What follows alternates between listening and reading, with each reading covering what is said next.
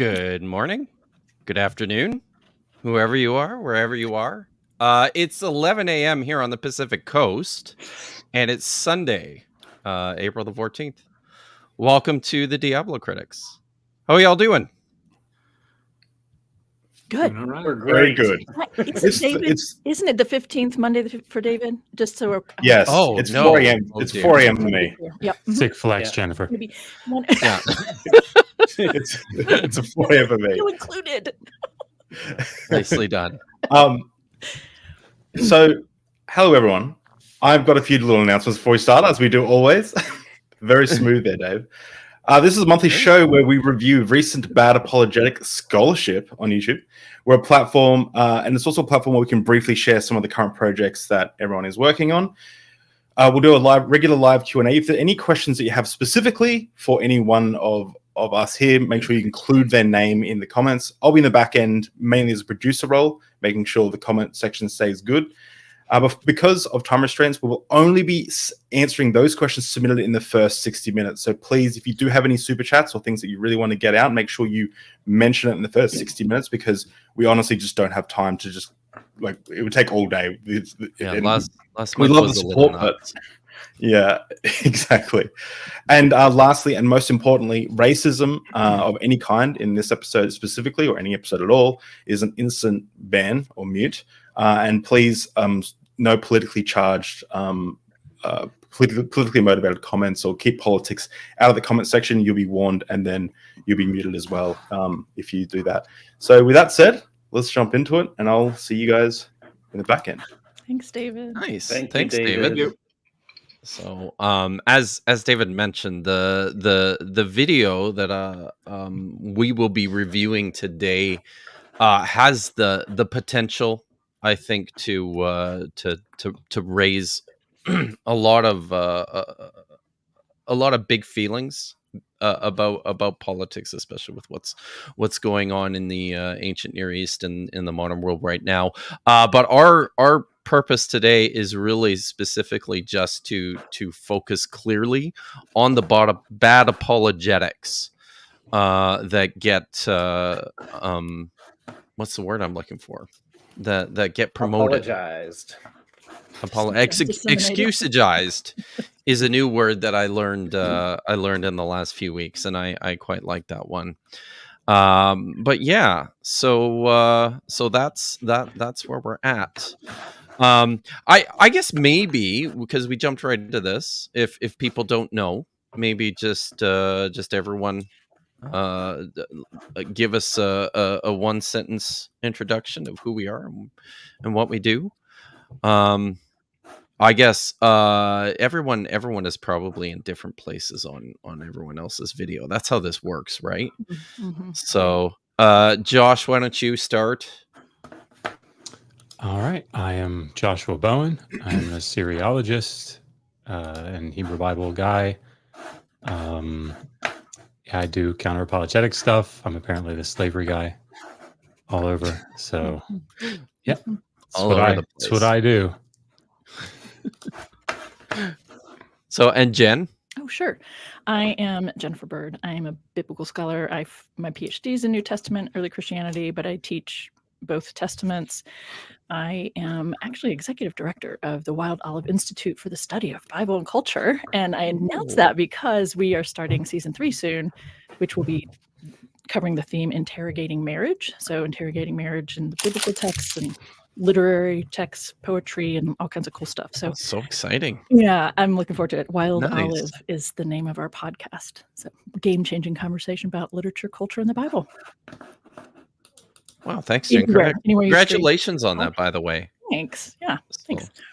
Working on it. That's exciting. Awesome. Dan.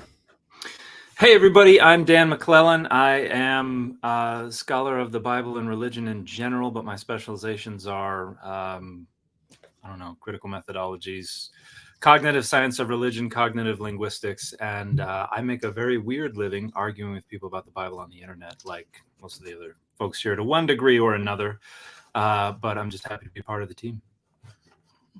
Nice. Matt. Yeah, I'm Dr. Matt Bunger, and I am an associate professor in Oslo and teach Bible, religious studies, sacred scripture, that kind of stuff. And yeah, I mostly watch these other people on YouTube, but kind of pretend occasionally to do my own stuff. So I'm always happy to be here. And yeah, no, I just honestly, I'm just here because I'm friends with Kip, and then became friends with all these other nice people. So just enjoy it. Yeah, you sell yourself short, buddy. Sorry, Matt. I'm in that kind of mood today.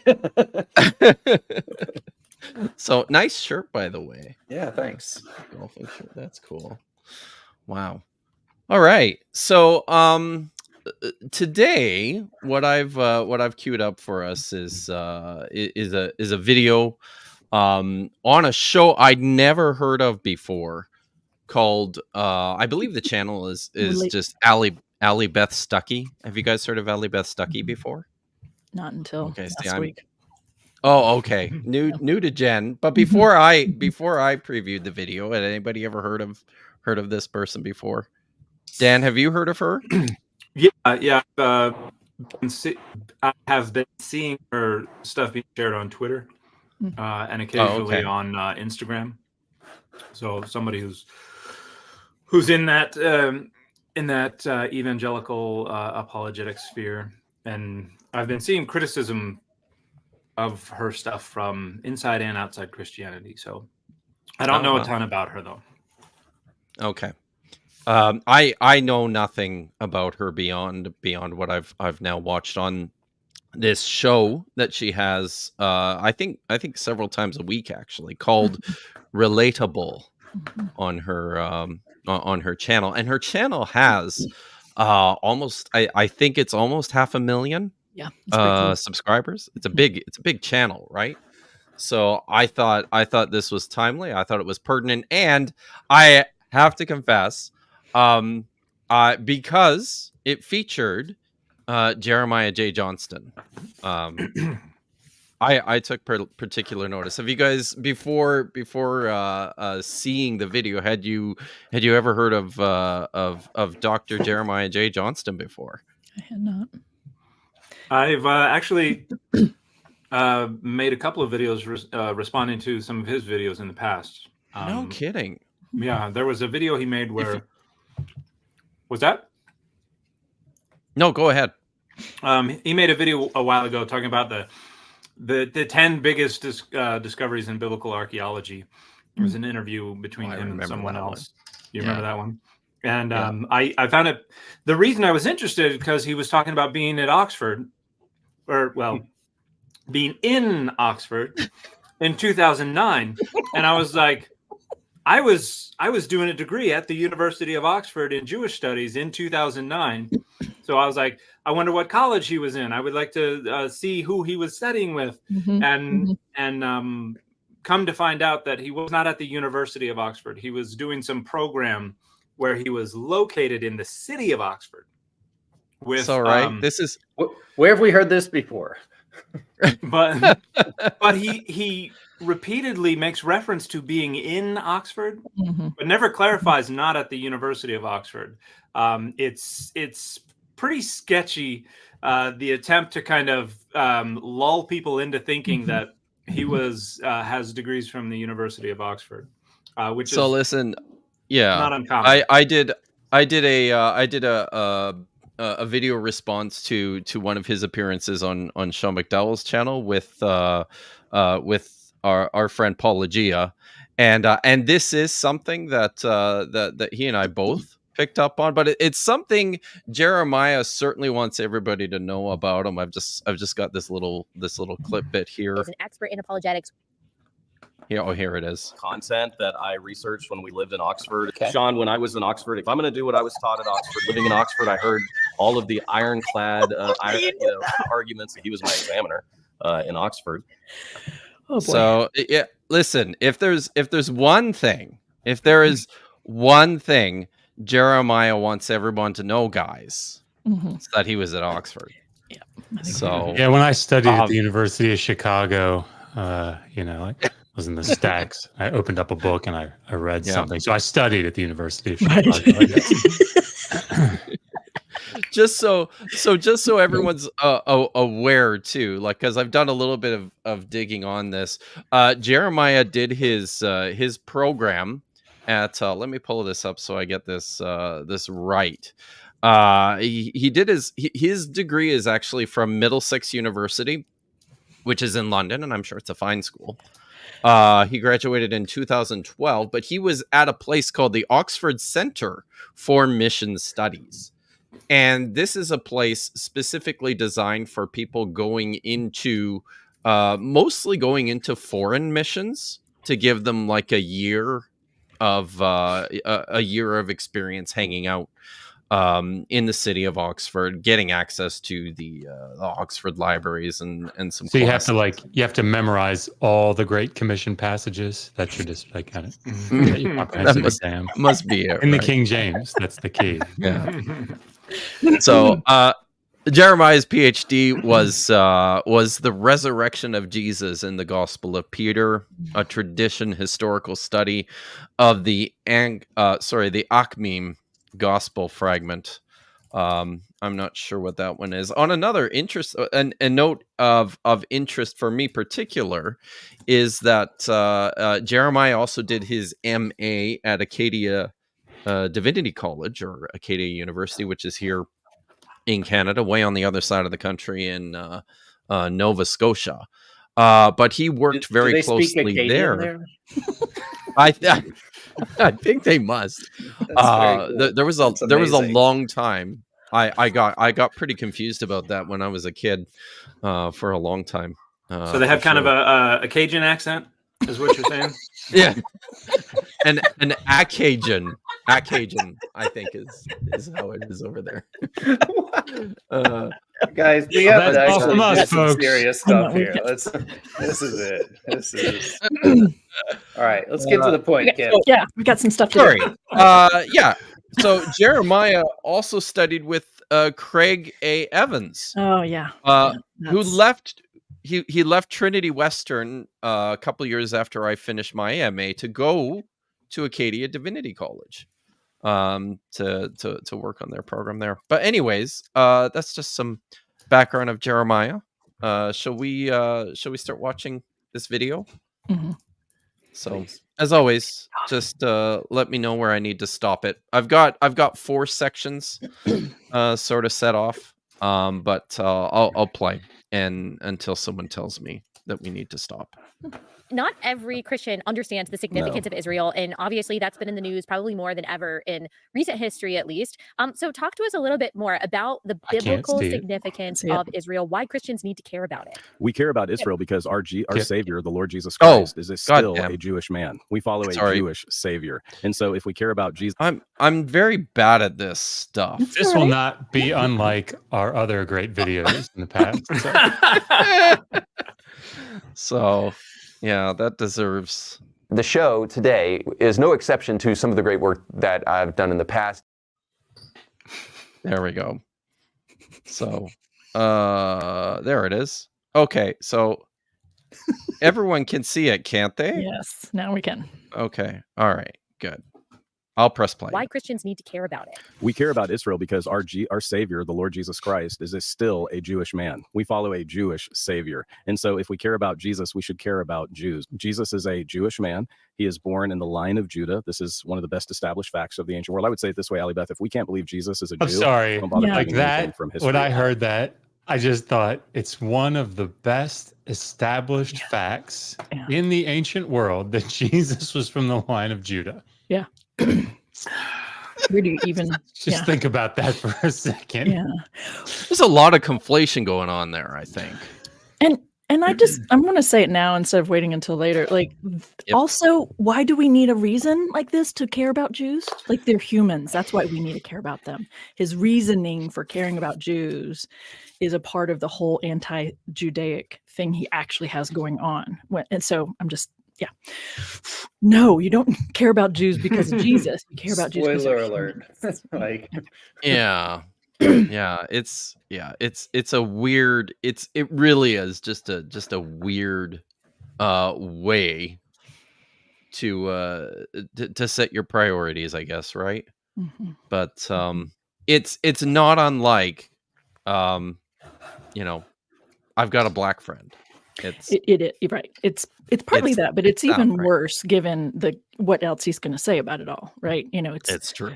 Yeah, it's true. So, but maybe should we say something about the established facts Oh.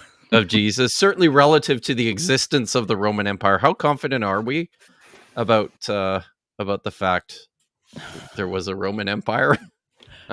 You're jumping ahead. Yeah.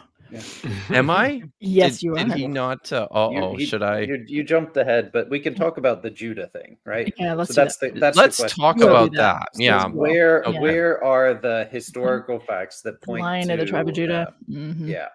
So what do we have? We have the secondary. Matthew and Luke, the secondary accounts, they're not in Mark because his lineage wasn't relevant to the earliest traditions. It wasn't until they later decided we need to go back further that we gin up two different genealogical backgrounds. And then, this is a laughable claim. Yeah, but I'll just remind you, Dan, best established fact in all of ancient history. Well, I mean, not to mention just the other issue of which guy are we even talking about? Is this Jesus? You know, like the historical Jesus thing in general, much less the biblical tradition. Right. But I think, I mean, for us, it's the most important thing here is just that when you're talking about historical facts, like one of the first things that you would question when you're reading chronologically through the Gospels is like, wait, where did this genealogy come from, and what's its purpose, and how did it get here? And it's very firmly established consensus that these are not actual genealogies, but that they're constructed for the place that they're in, and they don't match, right? The Matthew and Luke don't match, and that they're so it's just such a silly thing to say that this is the most firmly established historical fact of anything. Right. And other people are going to just repeat that because he said it. Right. It's just additionally, the whole point is that Jesus was Jewish, and somehow this establishes that. Like, you don't have to be from the tribe of Judah to be Jewish. And this kind of, to me, there's this creeps into dangerous territory with kind of bloodline ideas about pure Jewish person or something like that. I mean, he's identified as Jewish throughout the text, as in the right time or in the right place to be a Jewish individual. What other data is necessary? Right. I mean, we're getting into like real Jewish person kind of territory by saying we can establish that he descended from the house of Judah. Yeah, that's true. So, I thought I'd just give a shout out here to a friend of ours. Apologia says Jeremiah now gives him intellectual PTSD, and I'm sorry about that, Paul. I really am. So yeah, but that's let's continue to see what he has to say here.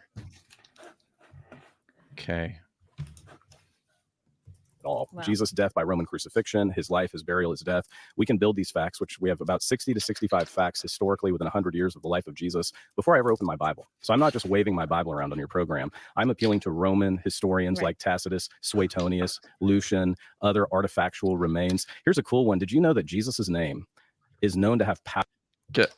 Before we continue, I have to just tell everybody that I had a dream last night that that Suetonius was actually the correct way of pronouncing Suetonius.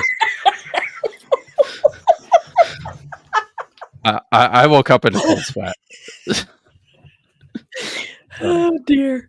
Power in his lifetime. Of course, we see this in the Gospels. Remember, Jesus' disciples said, "Master, people are casting out demons in your name. Should we stop them?" And Jesus said, "No, let them use my name." And we just, because of our historical distance, cannot overemphasize and even understand how important it is. They're using Jesus's name for miracles and for exorcisms while Jesus is alive. Yeah. Wow. So That's true. I've if never he's thought not a about Jew, that. then why are Jewish exorcists using his name? And why do we have artifacts, even curses, that they might not know the gospel, but they knew there was power with this name Jesus? I mean, we read the genealogy of Jesus in the book of Matthew. We know Can that we he's from the line of pause David. this, if you don't mind? I think this might be a reference to one of these artifacts from that 10 biggest artifacts. There was a cup that was discovered, I think, underwater near Alexandria. And it has the word, oh gosh, you make me remember this crap. You're supposed to be prepared ahead of time, Dan.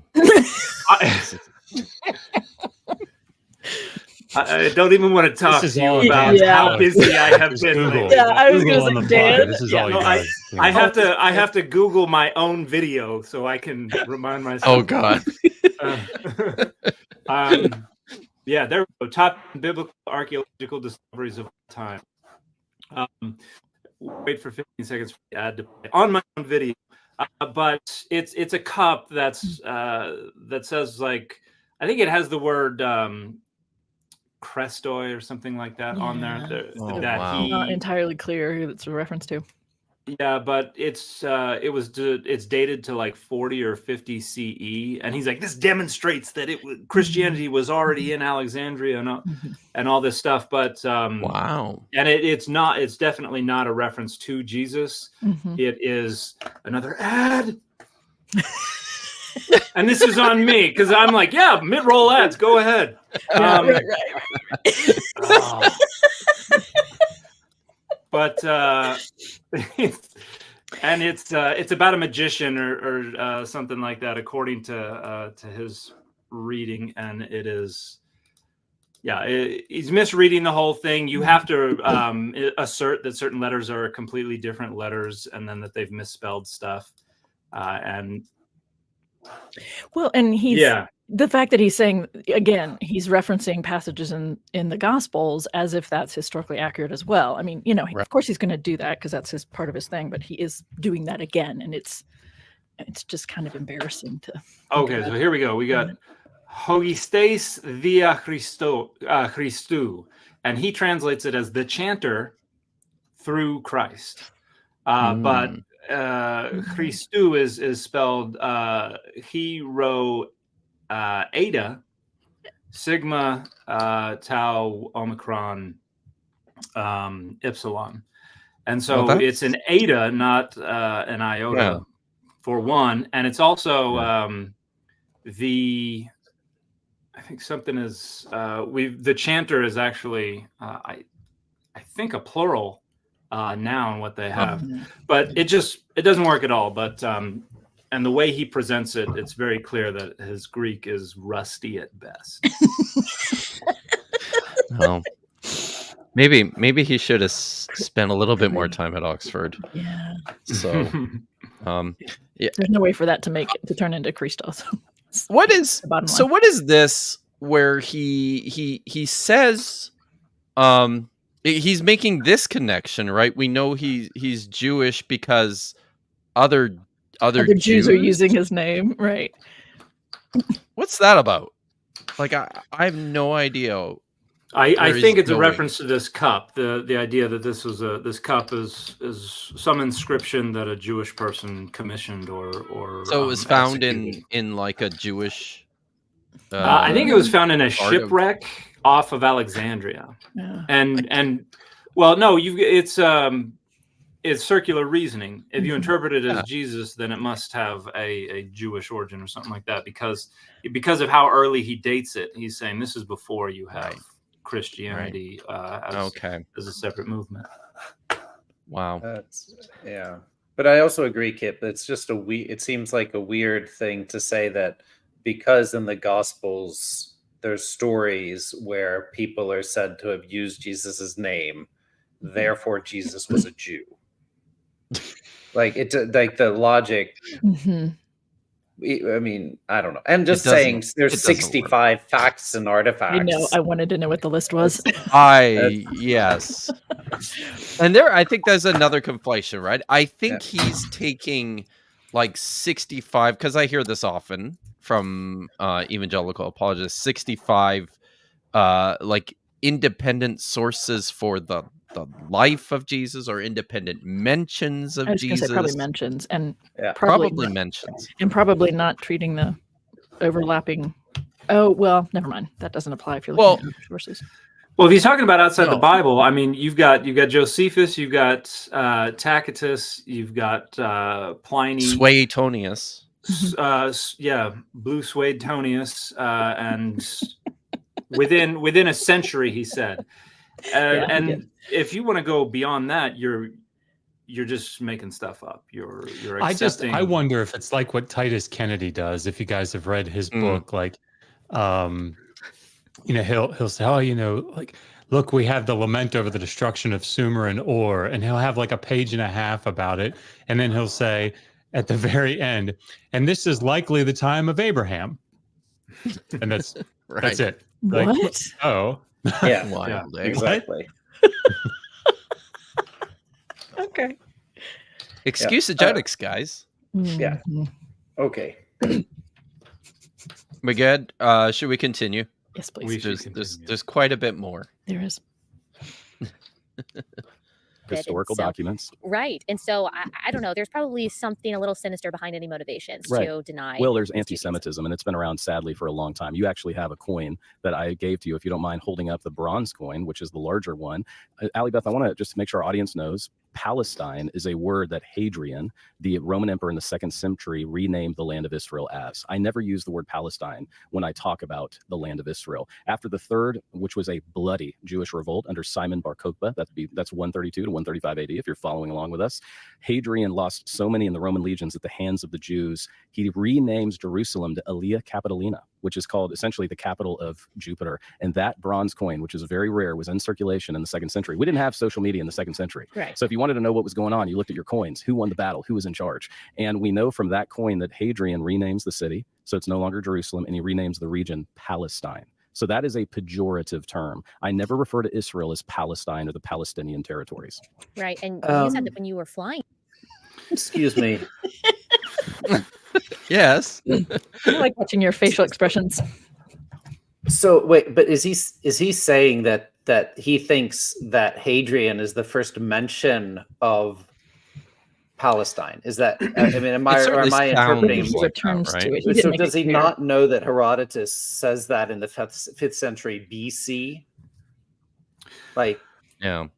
Or that it's mentioned a bunch of other times, and including by Josephus, and right. I mean, mean, I think what he's 5th century BC, we have mentions of that as Palestine. Yeah. Well, I think we even have don't we even have Assyrian stuff that uses a term for the region that looks like a cognate of Palestine? I'm pretty sure we do.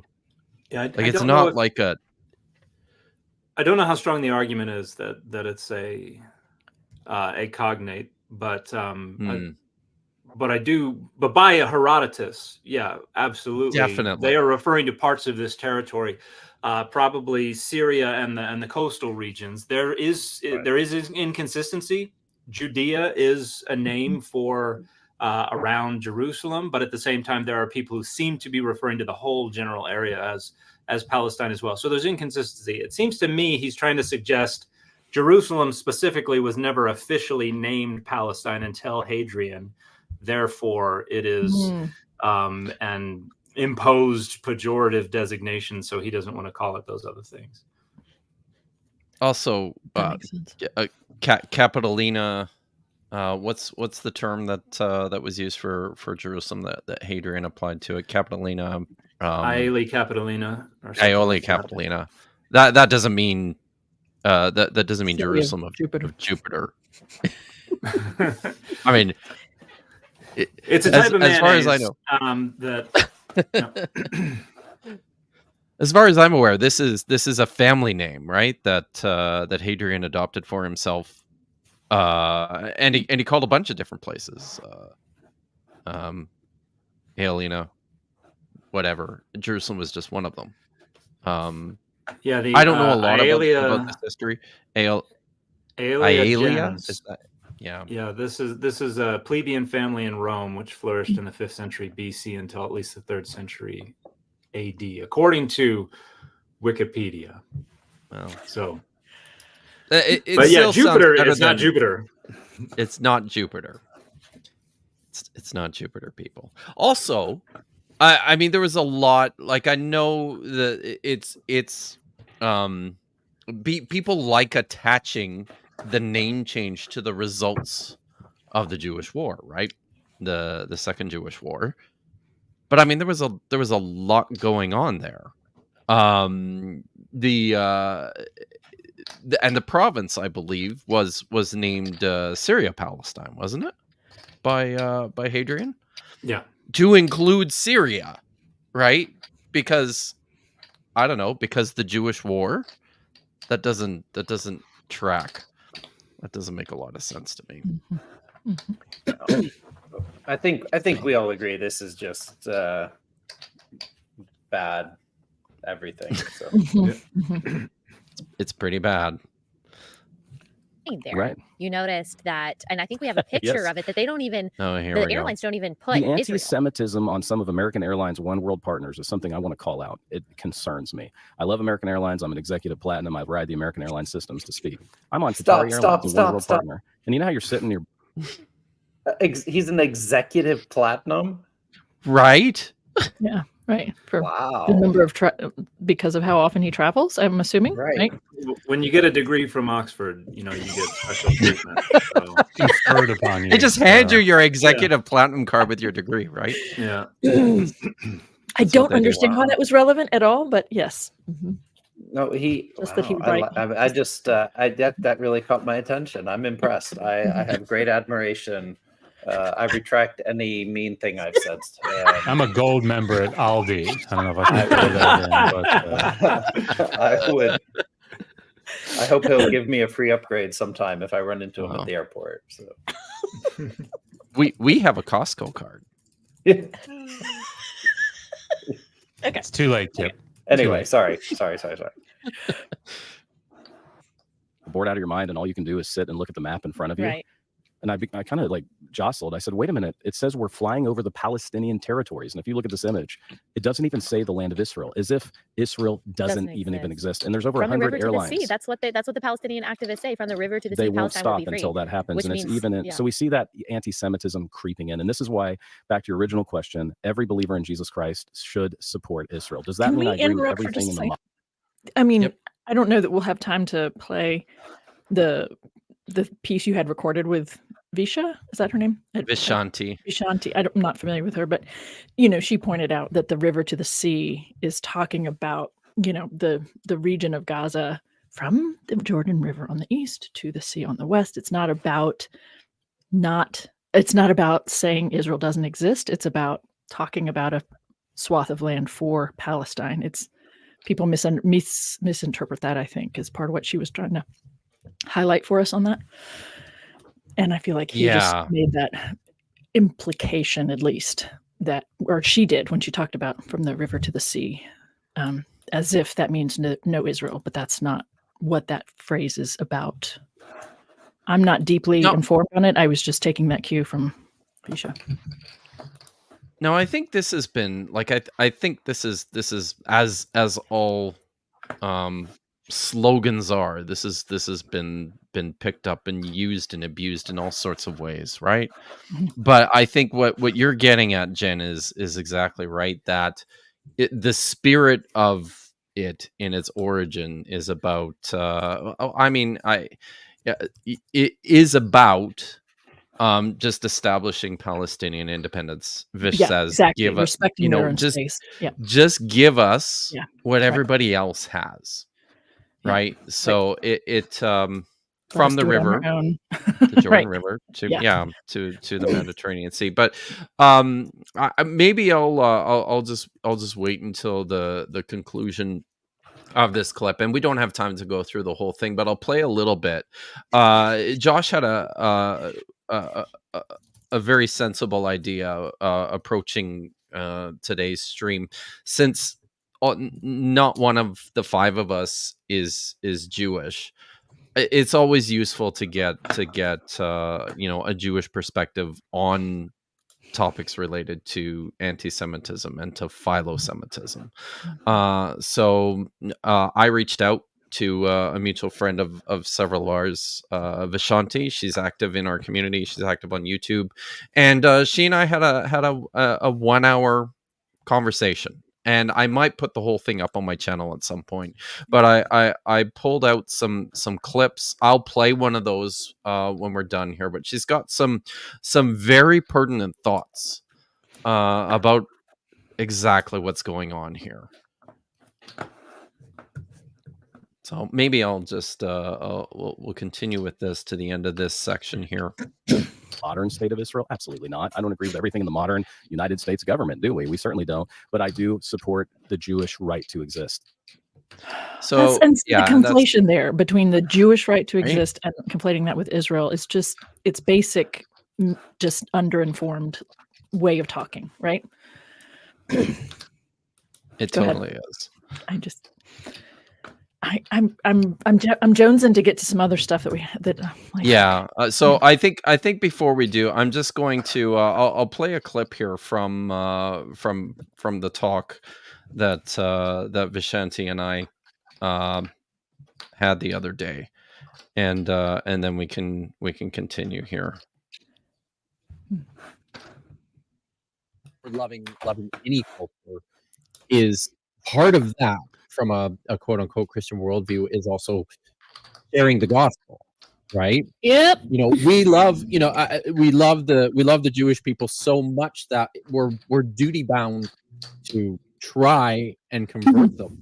It was impossible to see while I was still a Christian, but the longer that I'm not, it becomes easier to see just how completely irreconcilable these two things are.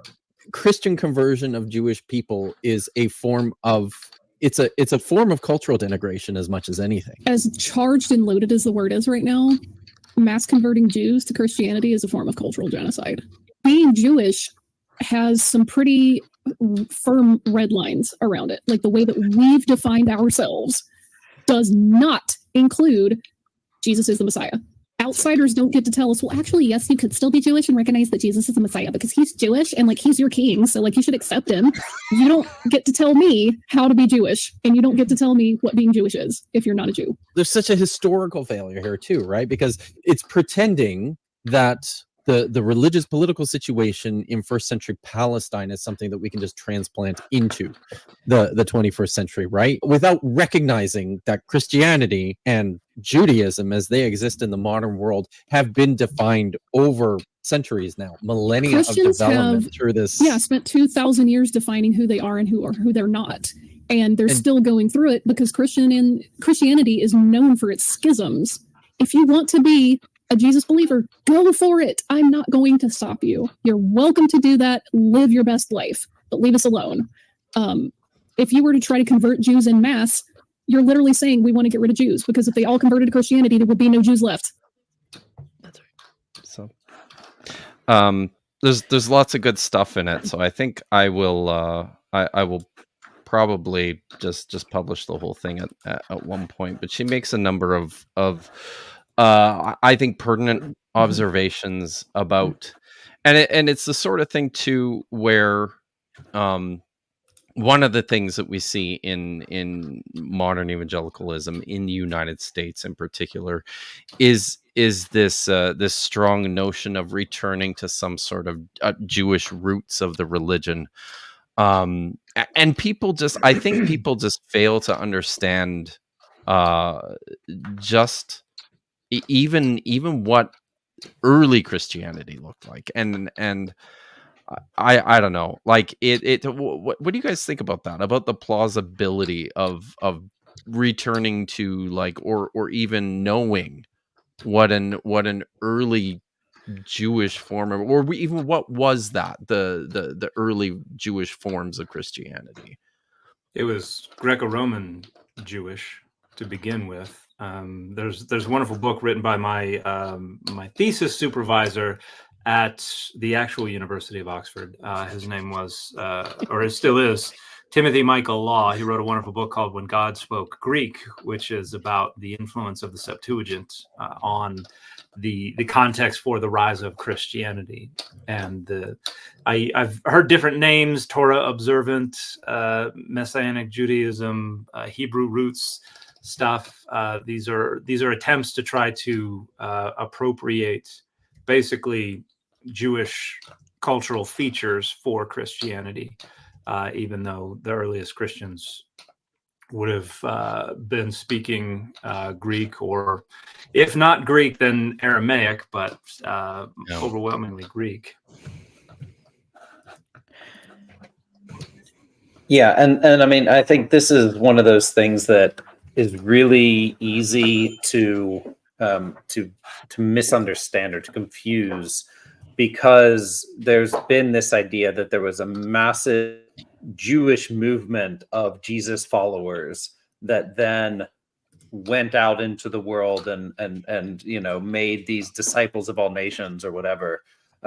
Where when you read the New Testament carefully and look back at early church history, what's really happening is communities are developing pretty much all over the place that's not within Judaism, and the early Christians are those communities, right? And so like there is some early Jewish Christians that the Christianity is coming in some Jewish communities, but the vast majority are happening in Syria, they're happening in Asia Minor, they're happening in the Roman Empire and other places, like Dan said.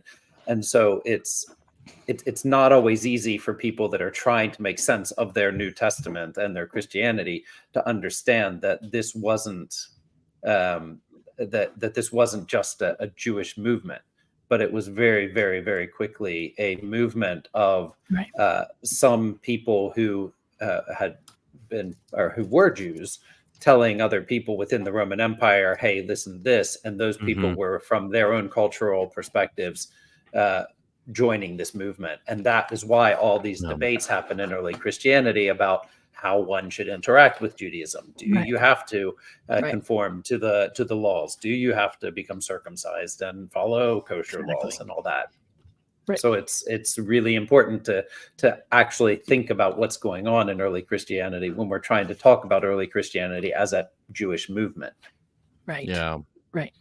It's a it was a bringing others in that weren't behaving according to such, you know, those laws and those practices, that was being welcomed, this new group of people.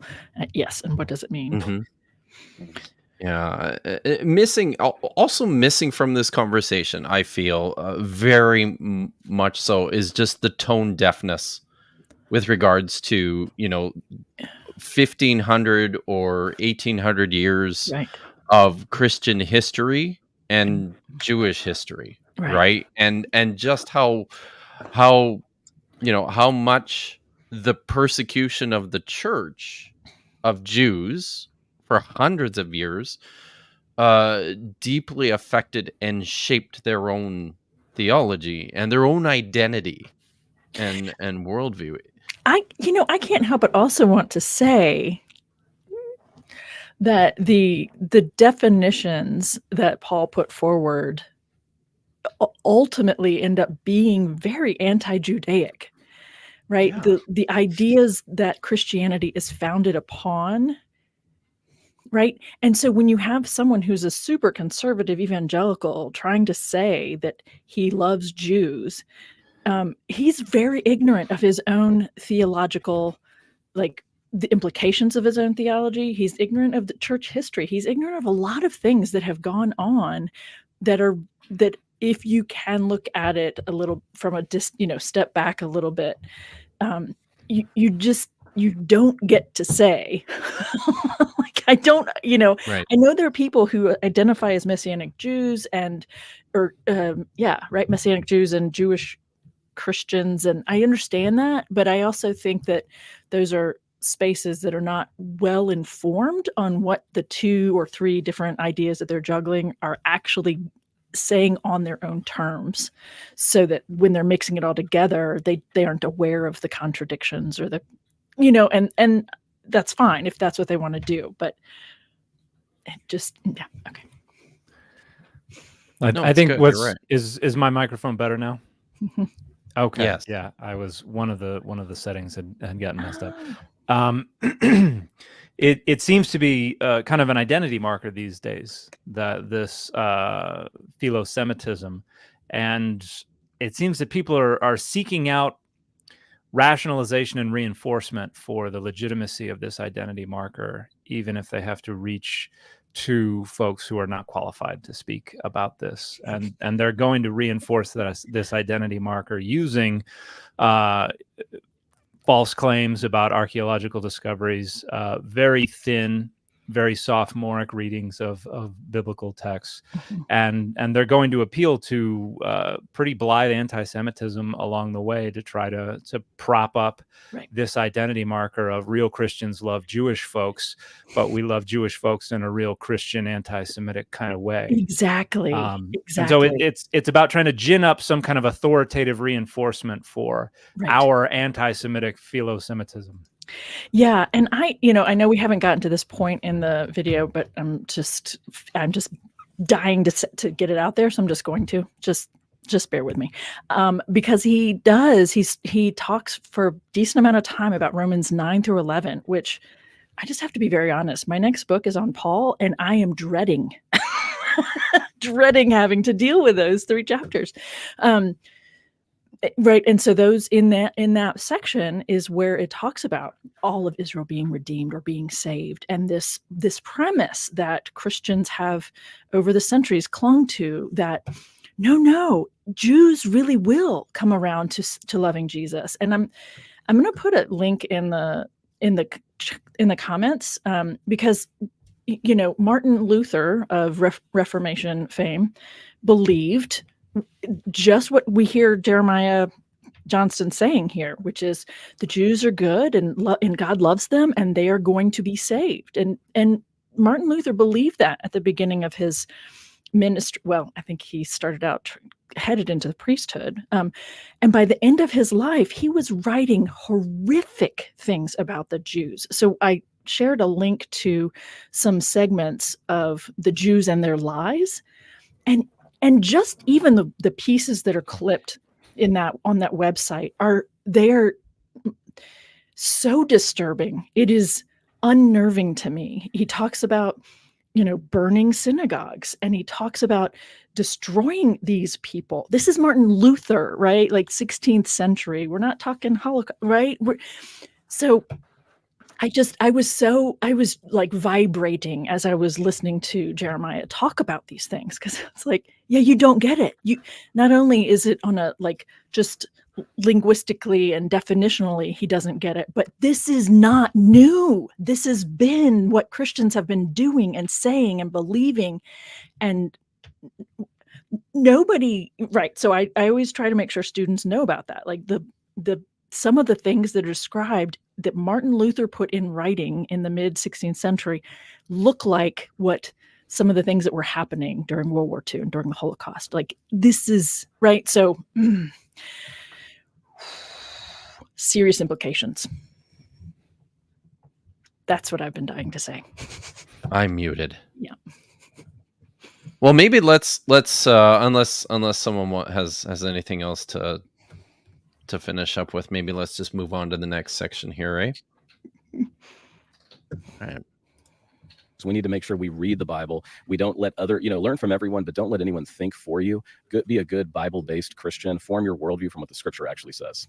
Yes and amen. All right, let's talk about the Scriptures and the reliability of the Scriptures. Can you tell us why we should rely on these 66 books of the Bible? Why not the other books, like the Book of Thomas or the Apocrypha? Yes. Why do we have this canon, and why should we trust it? Now, you may not be aware, but I have a PhD, so that means I know a lot about a little. And my area of specialty, Allie Beth, that I know a lot about the little n, is the 2nd century, what some kind of call apocryphal, what I call the extra-canonical gospel. So my area of specialty is actually all those books that didn't make it into the canon. I spent 3 years of my life reading them. There's the Catholic Apocrypha, which is, depending on how you count them, 11, 12, maybe 13 books that are in intertestamental books. These books are excellent books. You should read them. You heard it right. You should read them. They're excellent books. When Jerome includes the intertestamental apocrypha, which is different from the Jewish pseudepigrapha and even more different from the New Testament apocrypha. Okay, so this is why these distinctions are important.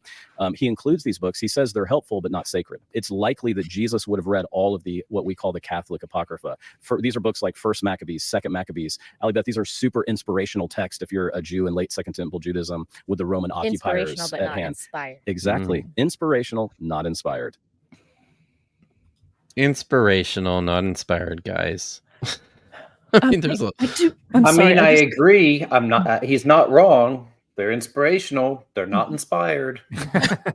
You would broaden the scope of that. That would be well, and I think that's actually what his doctoral dissertation was. I just checked to see if I have it real quick, but I think it was like a thorough defense of why the 27 book New Testament is exactly right, and all of those books are inspired, and all the others are not. Wow. If I recall, I don't think I have his dissertation saved. But the title of it, I'll just remind everyone what the title of the dissertation was. Oh, there it is. The Resurrection of Jesus in the Gospel of Peter, a tradition historical study of the Yachmim Gospel fragment. So but yeah. Maybe it was another master's thesis or something like that. He has written on the canon. Yes. I wanted to point out. Yeah. Sorry. Sorry, it's a little off topic, but I think important. And Jennifer, I'd like to get your opinion on this. Every clip that we've watched, and maybe it's because we've sped up the recording, and maybe that's why it comes across that way. I'm not sure, but he really seems to be talking down to her. Do you pick up? Can you hold that coin up? Yeah, go ahead, hold that coin up. Like it's I don't know. It just feels I don't know. You may not know this, but I have a PhD.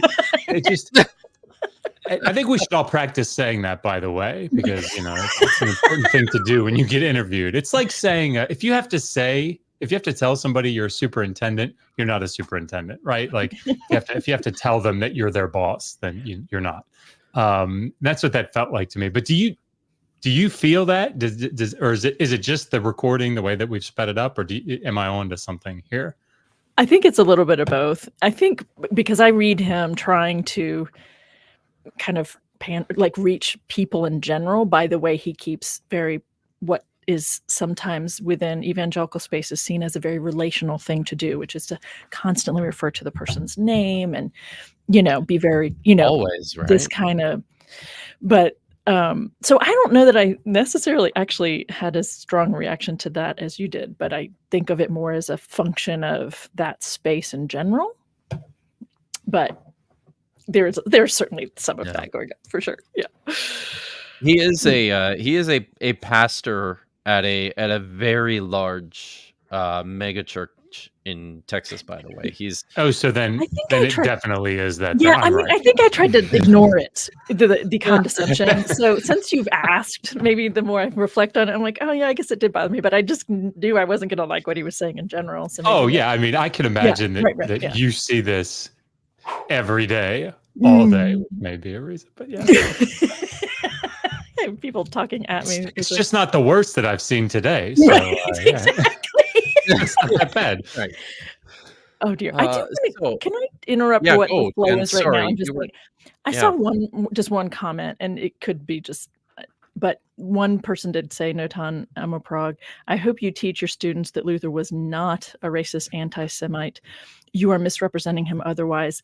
And I just want to be clear that the link I shared has pulled out, like I didn't create it, right? Someone else has created it, but you can go get the whole writing yourself, the Jews and their lies, and just from the name itself should tell you something about how anti-Judaic it is. And the writing in it is terrifying, right? It is. So I don't know where that person gets the idea, but my understanding is when you are speaking not just hateful things, but also untrue hateful things about a group of people, that is what we call an ism of some sort that is the very definition of anti-Judaic behaviors and beliefs, is exactly what you see in that writing. It's a great example of anti-Judaic or what people call anti-Semitic, but I prefer the word anti-Judaic writing and thinking, and it's very dangerous, I think. Yeah. And he hated the Anabaptists too, as a Mennonite background believer. Whatever. I don't know. Rebaptizing people. He didn't like you. Oh man! So we grew up with all these horrible stories about Luther, and then I moved to Norway and went to a Lutheran seminary, and everybody loved Luther. And I remember one time somebody had this big talk about like how Luther really wasn't that bad, and I was like, by the way. Have you read what he says about the Anabaptists and the Jews? And everybody was all like, I don't know. It's like, they probably hadn't. That's the thing. They probably weren't aware. They're not real interested in that part. So. Yeah. So the 66 books of the canon, guys. The 66 books. Inspirational, or sorry, other Jewish literature, inspirational but not inspired. I don't know. I've certainly spent quite a bit of time, Matthew as well, working on questions of this nature, right? What did the landscape look like in early Judaism with regards to ideas surrounding quote unquote scripture, authoritative writing, canon, which is a terribly anachronistic term to apply to the period, which is why nobody does anymore. It's just such a, I mean, from my perspective, it's just such a sign of historical illiteracy and no idea about the conversations that have been taking place for the last 30 years, 40 years, at least. So. Well, and for them, it's about the language of inspiration, and being inspired is sacred. The belief in every word is as God directed in a very channeling kind of a way, without realizing that it's a channeling kind of a thing you're talking about.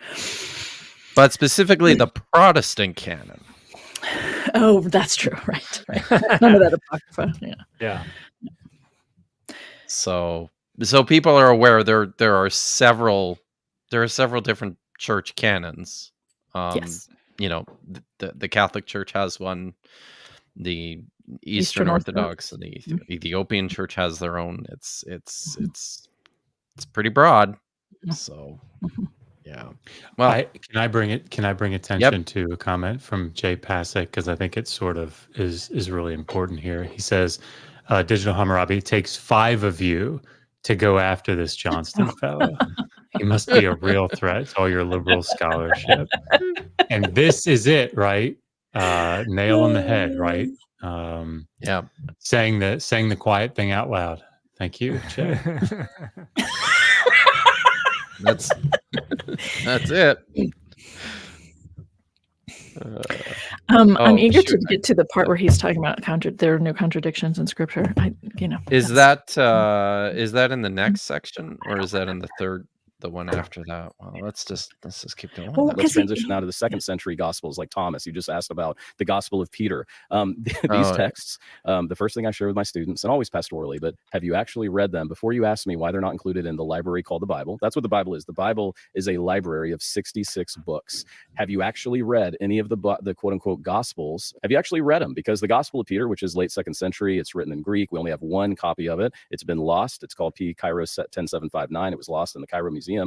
Some believe this was the first gospel, Ali Beth. And here's some of the features. Jesus is a giant, so he's like a member of the Avengers team. He's like the Hulk when he comes out of the tomb. The cross follows him out of the tomb. The cross talks. There's polymorphic Christology and polymorphic angelology. What does that mean? That's kind of a weird big word. It means Christ gets bigger and bigger, and he's even taller than the clouds. You actually have Jews that are spending the night in a cemetery waiting to see what happens at the resurrection tomb. You can see immediately this was a very unsophisticated author who knows nothing of the land of Israel, knows nothing of Jewish customs, and yet the liberals, the skeptical scholars, these are groups that come out of Helmut Kessler's school at Harvard Divinity College. I wouldn't send my dog to go to school there. I'm sorry to say that on your show, but I'm not sorry. So I just have to say I'm betting that his dog probably couldn't get into Harvard Divinity School. I mean, it's just an odd insult, really. They think these reveal something of the historical Jesus. They don't. They are wonderful windows into 2nd, 3rd, 4th, 5th century Christian communities. But just because they say the Gospel of Thomas, they're not written by Thomas. Or the Gospel. Who thinks that the speaking cross says something about the historical Jesus? Like, nobody takes that part of it seriously. Helmut Kester evidently thought that this was. He thought that inanimate objects talked back in the 1st century. Okay. Yeah, what's going on? I think I'm so confused, like, by what he's trying to argue. Like, that these are he's saying this might be the first gospel, and it was already a legend. Right. But I think what he's saying is we have our 66 books, and people who think it's anything else are idiots who think, like Helmut Kester, that's the Gospel of Peter is historical. So it's appealing to the most ludicrous example to try to characterize everyone who. So he's just trying to say I think you're all idiots if you think anything not in the Bible is true. Yeah. I think he's trying to make a qualitative difference here too between the 4 Gospels and the rest of them in terms of, them being really dumb and ahistorical, whereas the 4 Gospels are like totally and totally the relevance, believable, guys. The relevance to the rest of the discussion, I have no clue. Right. They did shift gears for sure at that. They point. sure did. Yeah. So, and he has a tendency to do this. But I mean, Kip, I think we see this, right? Like, this is sort of standard operating procedure. We did that 86-hour stream the other day about slavery, right? And it's all about, look at all these terrible laws about slavery and the laws of Hammurabi and all these terrible antebellum stuff. But look, the Hebrew Bible. That's good. These are the best. Are they ideal? No, but they're the best. So, yep. Yeah. No, I think it's right in the same vein there. You're right, Josh. Okay. Well, Peter, they're not written by Peter. So have you actually read them? Why do we have the Gospels in the Bible, the big G Gospels, Matthew, Mark, Luke, and John? Because they exhibit what's called verisimilitude. That's a really cool word. I want your audience to get to know. Veritas, Latin, you've said that word on your show. Similitude, it's very similar. How do we know what truth is? Truth corresponds to reality. Can we just pause it? Because I want to let the audience know something. This guy's real smart. In case you haven't picked up on it. Real smart. Okay? Big words. $20 words. How to break down etymologically. Yeah. Real smart. But he totally misrepresents Veritas. You've said that. But wait, he says verisimilitude means they're very similar. I know. And that's not what verisimilitude means. I know. Tell us, Dan, what does verisimilitude mean? Having the appearance of being true. To say these 2 texts have verisimilitude, or these 4 texts are it means they're very similar, is fundamentally misunderstands the word. Do you think maybe he just looked at that and said, "Oh, it sure sounds like very similar"? I think that's exactly what happened. I don't know, guys. But I think he's just trying to pave the way for what he's going to do later, right? Like he's just trying to build this kind of like line of authority or of sorry, my Norwegian's flying out, and not the English words, like reliability. Like he's trying to say that there are reasons why, and because then he's going to do but maybe we'll get there. But he's going to do the whole thing where because then obviously only these books are inspired, and then he's going to say, and thus then we should believe them and all this. It's accurate. And so he's it has this line of logic he's doing. And I think he uses this, I don't think he's doing this randomly right here. I think he has this in as a ploy, to get you on board. You use the big words and you get people to understand, what you're saying. And then you move through these steps that you kind of can't question. So yeah, yeah, you got to gin up a sense of authority so that by the time you drop the hammer, everybody assumes that you can drop it without arguments and be right. Mm-hmm. Yeah, I know what you're talking about. Mm-hmm. So very similitudely, he's doing it. Yes. Comes from very similar dude, right? Very similar dude. I'm gonna... All right, I'm pressing play. But Matthew, Mark, Luke, and John, everything I read about it, from the geographical nature, the names, the places, it's all accurate. Here's a cool thing, Ali Beth. I would summarize it this way. When you go to the land of Israel, there's about 100 archaeological digs. These digs only happen twice a year because you recruit college students who come at their own expense to volunteer. These are very expensive digs, okay? Like, you got to make sure you're digging in the right spot. And so there I am at one of these digs. And most of the digs are sponsored by secular organizations, so there's no Christian bias. In fact, there's a bias to not believe in the Bible. And yet I began to notice that the archaeologists, who are Jewish, agnostic, leaning towards atheists, they use 6 books to make sure they're digging in the right spot. You may have heard of some of these 6 books. Are you ready for these? Matthew, Mark, Luke, John, the book of Acts, and Flavius Josephus. So if they're not reliable, why in the world are Jewish atheist archaeologists using them to make sure that they're digging in the right spot? Because they exhibit verisimilitude with Jesus and Judaica. In other words, they are reliable historical sources. Oh, he used it right there. Again, I think he used it maybe right he was. time. Yeah, maybe he was. His explanation was toying with the way they sounded the same, but he intended something else. Yeah, but yeah, that I promise you, no archaeologists in Israel are actually carrying these 6 books around and saying they're saying we're not digging in the right spot. We got to go dig in the other spot. What the? And I mean, go ahead, Josh. No, I was just like, should we point out historically the problem perhaps with thinking that archaeologists do this, with the whole Bible in one hand, spade in the other, the Albrightian sort of let's use the Hebrew Bible to go out there and dig, and then realizing as you do so throughout the 20th century, shit. We talked about this in the very first episode we did. Yep. Where probably not the Holy flex. Land. Yeah, this is probably not a path he wants to go down. Yeah, probably not. No, that's true. A historian. So right now, Ali Beth and I are not getting in some kind of religious trance, as far as I know. We're just doing history. We're talking like 2 clear-thinking people. We're not doing this based on emotion or feeling. If I want to know something of history, I want early eyewitness tradition. I want to get as close to the event as I can, and I want to find artifactual remains. What do we have when we open up the Gospels? The very same thing. Within 50 years, we have letters that are circulating. Remember, the letters of Paul antedate. They predate the Gospels. We have Thessalonians. It's probably the first book written in the New Testament, probably in the 40s. I read a peer-reviewed article this week, the time that we're recording Holy Week, that Mark might be dated as early as the 40s or 50s. I'm not saying I agree with that, but I wonder where that peer-reviewed article was published. Yeah, me too. Just saying.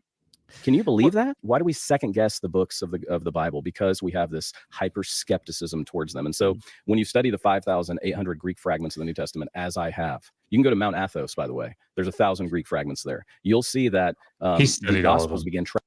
What's that? He studied all of them. He studied all. No, he didn't study all of them, and the overwhelming majority of them come from more than 800 years after they were initially composed. Right. But you can chart the 5,700 give or take Greek manuscripts of the New Testament. Like there are less than half a dozen from the 2nd century. There are maybe 20 from the 3rd century. And then the overwhelming majority of them are from 900 CE and later. And nobody studies those because they don't have text critical value. They're copies of copies of copies of copies from centuries later. This is just propping up one's authority. Mm-hmm. And by the way, somebody says I completely misrepresented his verisimilitude thing. I did, because his initial representation of it was making it sound like he was saying they were very similar, because he said very similar. But yeah, I spoke too quickly there about that. I was wrong. So, well, he was more clear the second time. He was. Yes. Let's give him some credit for that. But the first mistake was made. traveling together at the earliest stages. You mean we have fragments, Jeremiah, like the Chester Beatty papyrus that are in Dublin, Ireland? You can go see it. Second century, these books are already traveling together. By the way, that's long before Constantine. We have an embarrassment of riches when we look at the historicity of Jesus. And I often say this, and I say it. That's why I hope you'll encourage people to get my body-approved Bible study, because I really want people to know this. Yeah. If I can't believe in Jesus of Nazareth from the historical documents that we call the Bible, I shouldn't believe in the Roman Empire. I shouldn't believe in Alexander. Here we the Great. go. Here's a great comparison. Right. Alexander the Great's two primary sources, he's never questioned over here at our state universities, Arian and Plutarch. Allie Beth, they're writing 400 years later after the fact. Can I pause for a second? Yeah. I shared my screen. Would you mind just sharing that for a second? Because I just want to point something out so that people kind of have a feel. This is, and I just pulled this. This is the ETCSL, the Electronic Text Corpus of Sumerian Literature. I think Matt probably just got a little excited. That was my goal. I got chills. It kind of was one of those big ones, you know. So this is Sumerian. My dissertation, my PhD advisor Paul Del Nero wrote on these 10 texts called the Decad, and I just pulled the first one up, Shulgi A. And they're pretty well represented. They were part of the scribal curriculum. They date to 1800, around that time, just sort of go around there. And this is just the first of the 10 that were copied, and these are just the ones that we found. Okay, if you go down to the bottom, you'll see the manuscripts that we have that have been used to put this together. They start right here with cuneiform sources. This is just for this text. So everything, what you're saying, Josh, is everything in those texts is true. Obviously, because look how many there are. Right. Right.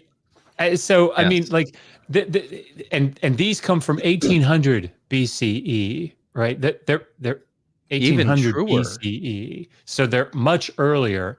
And these have like, lots of these have like, many of these cuneiform tablets will have like thumbprints in them of the scribe, right? So they must be truer. I mean, but Josh, is this the one where he's born by a dragon? And yes, so this is true. I mean, so it has to be. That's great. Yeah. So anyway, that just definitely happened. To kind of put that out there, like, just because we have lots of little manuscript fragments, for a particular text. Yeah, that may give it more verisimilitude, but I'm just kidding. And also the Alexander the Great argument. It's one thing to say that the main sources we use for his life date to much later, but we have coinage that date to his life. Yeah, like we can point to stuff that and I think people who hear that, these sources date from so much later, are probably not aware that scholars have been arguing for generations over what to accept as historical and what to reject as ideology, as dogma, the exact same way they argue about the Gospels and what should be accepted as historical and what should be rejected as ideological fabrication. So these things are all being treated with the same methodologies. We just have a lot more material remains that point to the actual reality of Alexander the Great. Right. Leading an army, that kind of thing, just has a little more of an impact on. Well, and also, like, I mean, it's just really important that we that we remember that this kind of reaction, like he has, like, but this is so stupid. Nobody talks about Alexander the Great. Nobody talks about the Roman Empire. Nobody, whatever. Like, yes, they do. And there are conservatives in the field of history or classics and all that kind of thing that really upset when revisionists come along and say, hey, wait a minute. How much do we really know about Alexander the Great or about Homer or about the Roman Empire, and start revising history, looking at the sources and do the critical study of it. And so we're doing those things. And the problem is that when that happens, people still end up usually saying, well, okay, sure, yeah, there was Alexander the Great. Like, Homer Right. doesn't maybe come out as well, but you know, it's questioning the Roman Empire though. I'm like, what world am I in that you could even like, how do you what? Make such a suggestion? Yeah, it's Yeah, nuts. So and let's be clear, what he's pointed out so far, right, is that whoever wrote the Gospels knew some geography. Yeah. Like that's basically the argument, right?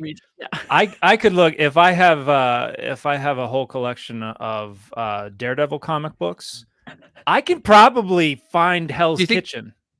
And I use that as a map getting around New York City, right? Yeah, you can say, hey, that's from a Daredevil comic book, but that doesn't mean that that Matt Murdock was an actual superhero.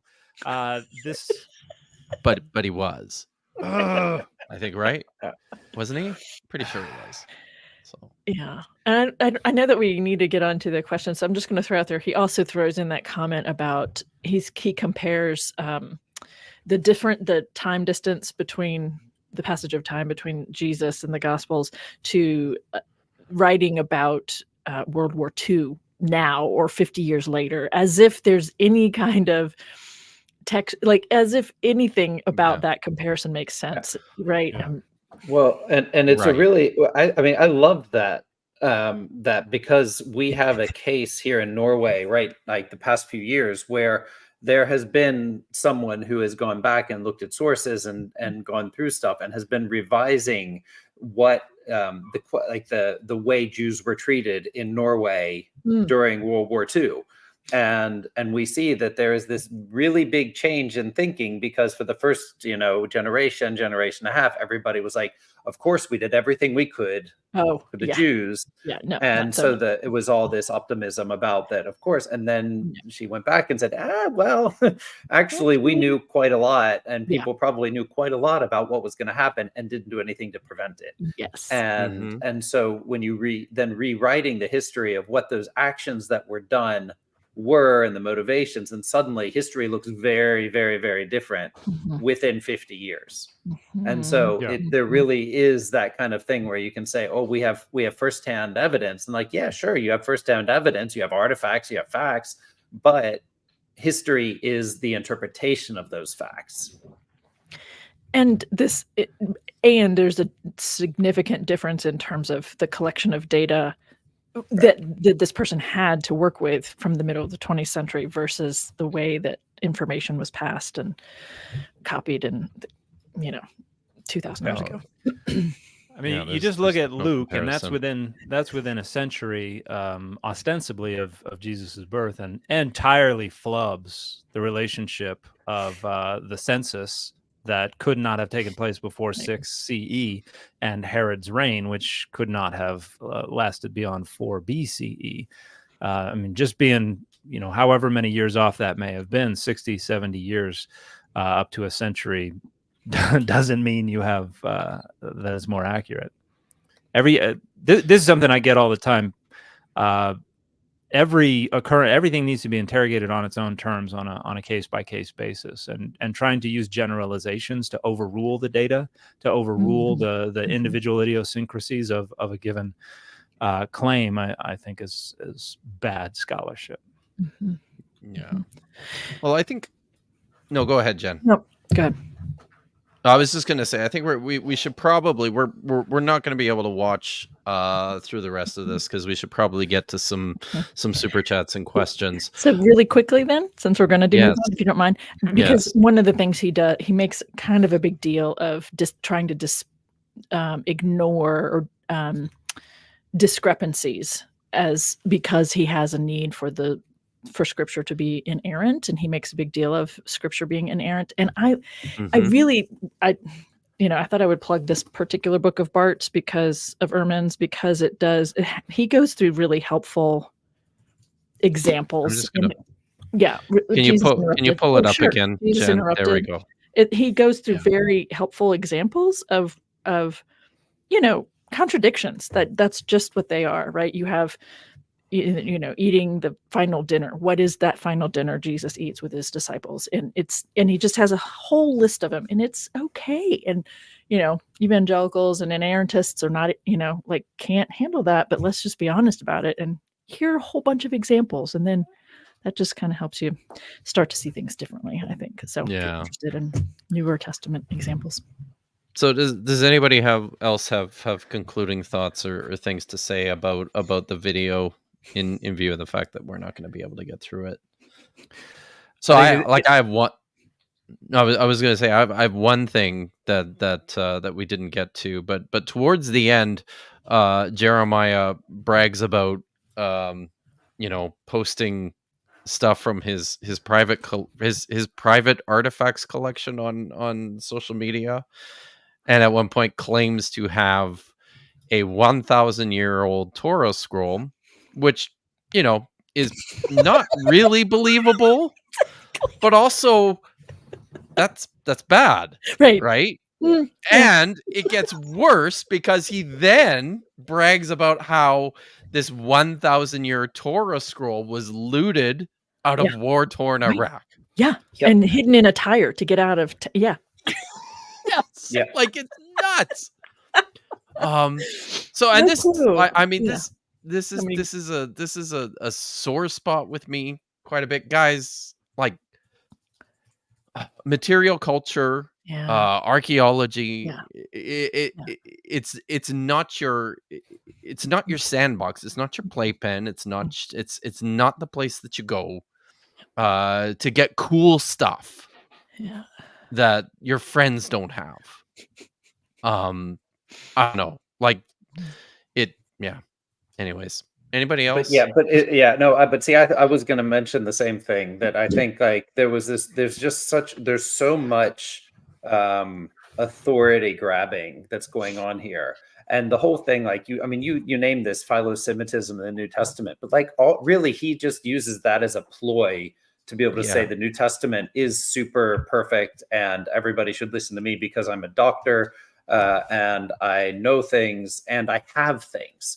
And it's like this appeal to the artifacts. He's talked about these amazing digs that are so, and he does all these kind of little weird like tricks to get you to believe everything. And then but especially those Torah scrolls really got me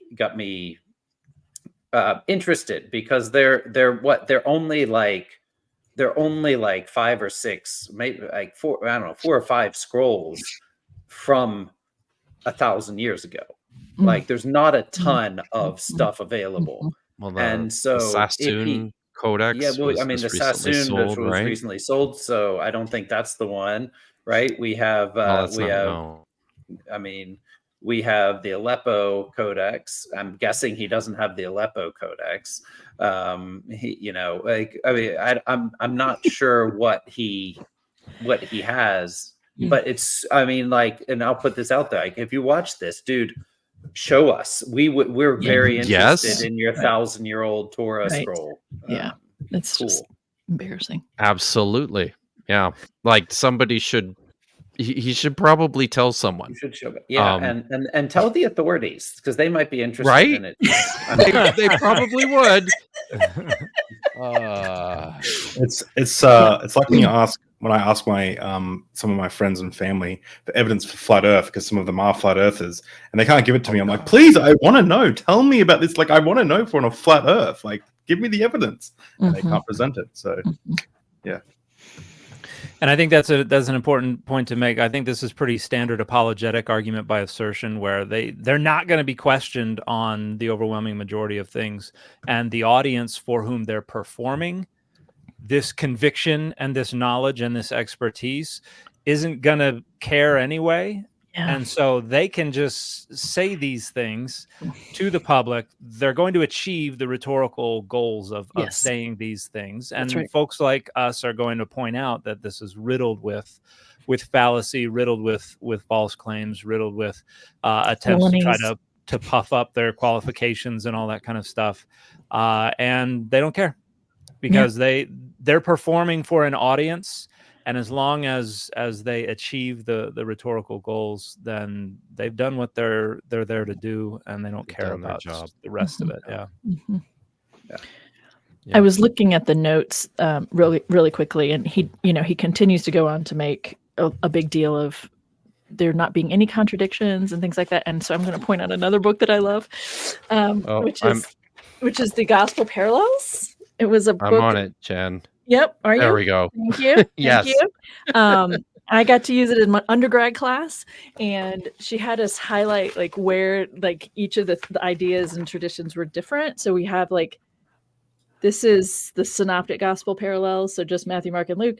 And you can see we had to color code based on like what they had in common and what was unique to one or the other. And it just becomes a way of showing you that there just are things that they have in common. There are ways that they use the same story differently. They add in, they do this, and they end it differently to a different point. And it just seeing them side by side is actually really helpful for those of you who are interested in that kind of thing. Who's the editor of that book? This is Throckmorton, Burton Throckmorton Jr. Yeah, like I believe that there's actually a free PDF of that book online. Cool. So but you can't color it when it's online. That's fair. It's very fun to have colored pencils for religion class. Sorry. Tonight I'm going to have bad dreams about not having colored pencils. At my old work, I used to print off hundreds of pages of like scholarly work because I couldn't afford the books. That's a little secret I just let out on the internet. Anyway, we have a few questions here. First one, I think this question is essentially, is there fluidity in the Dead Sea Scrolls or in LXX? Because rabbis say the Old Testament is uncorrupted God's word. How wrong are they? And that's from Jesus Lord. Thank you for the super chat. I think I've actually seen this question on some of my videos before already. It's a huge topic, and I think what he's basically asking and what he's getting at, something I mentioned earlier in the stream, was just the nature of the texts, the Jewish text that we now call Scripture. What this looked like at the time of the writing and the collection of the Dead Sea Scrolls, which presents our best collection of evidence. There's a lot going on there. There's representation of every text type that we have, and some that look quite different from what we thought we had. And then this is dramatically affected by the fact that scholars classified documents originally relative to the Bible, and in so doing, lots of texts that are close to or look similar to biblical texts but are quite different just didn't even get treated as quote unquote Bible for a very long time. I don't know. Do you have anything to say about that, Matt? Yeah, I mean, I think like my thinking on this is just that we have two different ways in which things are not stable. Like there's the one that's the canonical instability, where we have literal differences in the kinds of text that we find collected together compared to what one would have expected if it was only the 66 canonical books or whatever, or even the larger canon or whatever. Like what we find in collections is just widely different than what we would have thought, but also that we have no two manuscripts that are alike.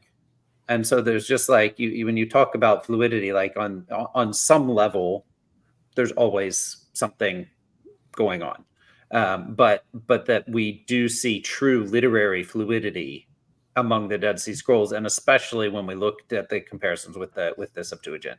So I don't think any more scholars, at least scholars of the Dead Sea Scrolls, have now basically moved to a new way of thinking that fluidity is the rule as well. And what we're doing is trying to question then what does that mean for how we understand the literature of the time. So it's like corruption isn't anymore how we talk about what was going on, but we just talk about fluidity and textual pluriformity, and that's just what we have. Yeah, but thank you for the question. No, go ahead, Dan. I would just suggest that I hope to pursue this more in the future, but I don't think you have a developing concern for freezing the shape of the text the notion that the locus of authority is the text itself, I think doesn't begin to take over until like around the 2nd century CE. And so prior to that, the message is the most important part.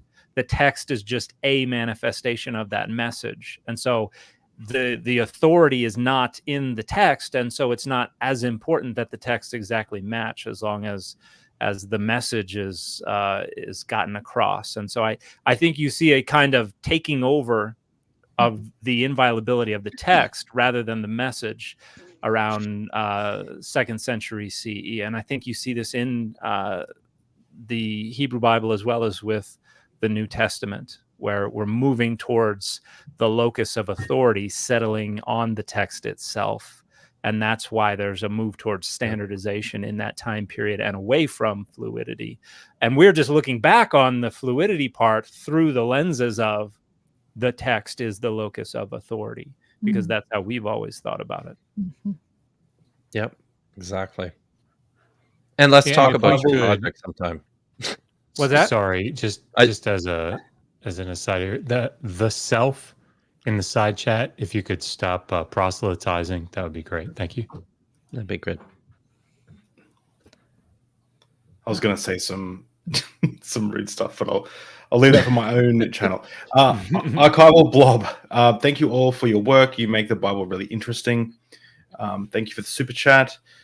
What happened to the old logo? Old Diablocritics. Cool new one, by the way. So we're testing this out. We have a fan who was so excited about the show that he took it upon himself to he's in marketing, and he took it upon himself to design a new logo for us. I think it looks pretty cool, and it's well within the spirit of the show. The logo itself is designed from Diacritics, which is super cool. But did you see the comment near the beginning? Someone commenting on the angry sperm. Oh yes, I saw that.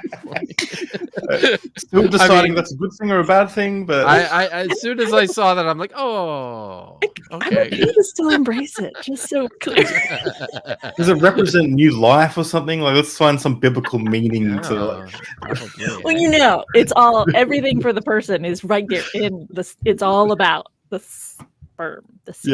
Yeah, exactly. All there. Thank you for the $10 super chat.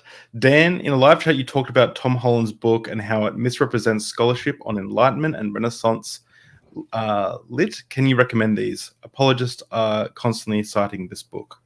I don't remember exactly what I said about misrepresenting scholarship on Enlightenment and Renaissance. I mentioned that a lot of people are citing Holland to the effect that, like, the Bible or Christianity is responsible for all of these good things, the development of the idea of natural rights and all of this stuff. And I think my point was that when you look at the scholarship on Enlightenment and Renaissance and Reformation, the Bible is certainly not the driving force behind it. In fact, a lot of the Enlightenment rationalism that is developing is actually challenging biblical perspectives and the inspiration and the revelation in the Bible.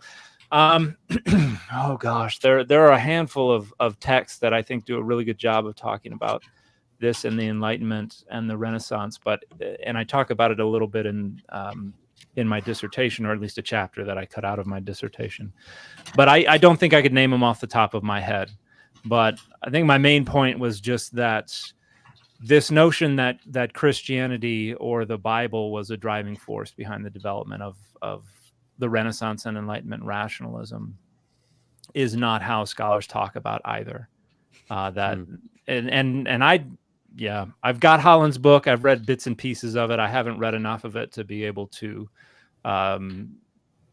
say exactly what Holland's getting at and where I think he's wrong. But in terms of how Holland's is leveraged by apologists, if they're accurately representing his argument, then it's an awful argument. But I'll have to finish reading Holland's book before I can say anything about his argument in particular, because the Bible and Christianity are not what are driving the development of natural rights and Enlightenment rationalism. And they're participating, sure, but not the driving forces. Thank you. That was from Viscount Julian. Next one from Linda Peterson. Just want to say thanks for everything all of you do. Thanks, Linda. Thank you. Supreme Scientists, Genesis 15:13 prophecy for U.S. slavery. I was told this. I can answer that. Well, that's for Josh. No. Surely you covered Genesis 15:13 in your. Is this the 400 in your years? new book? This is your children shall be slaves in a foreign land, isn't it? I mean, I'm unsurprised that Supreme Scientist has heard that.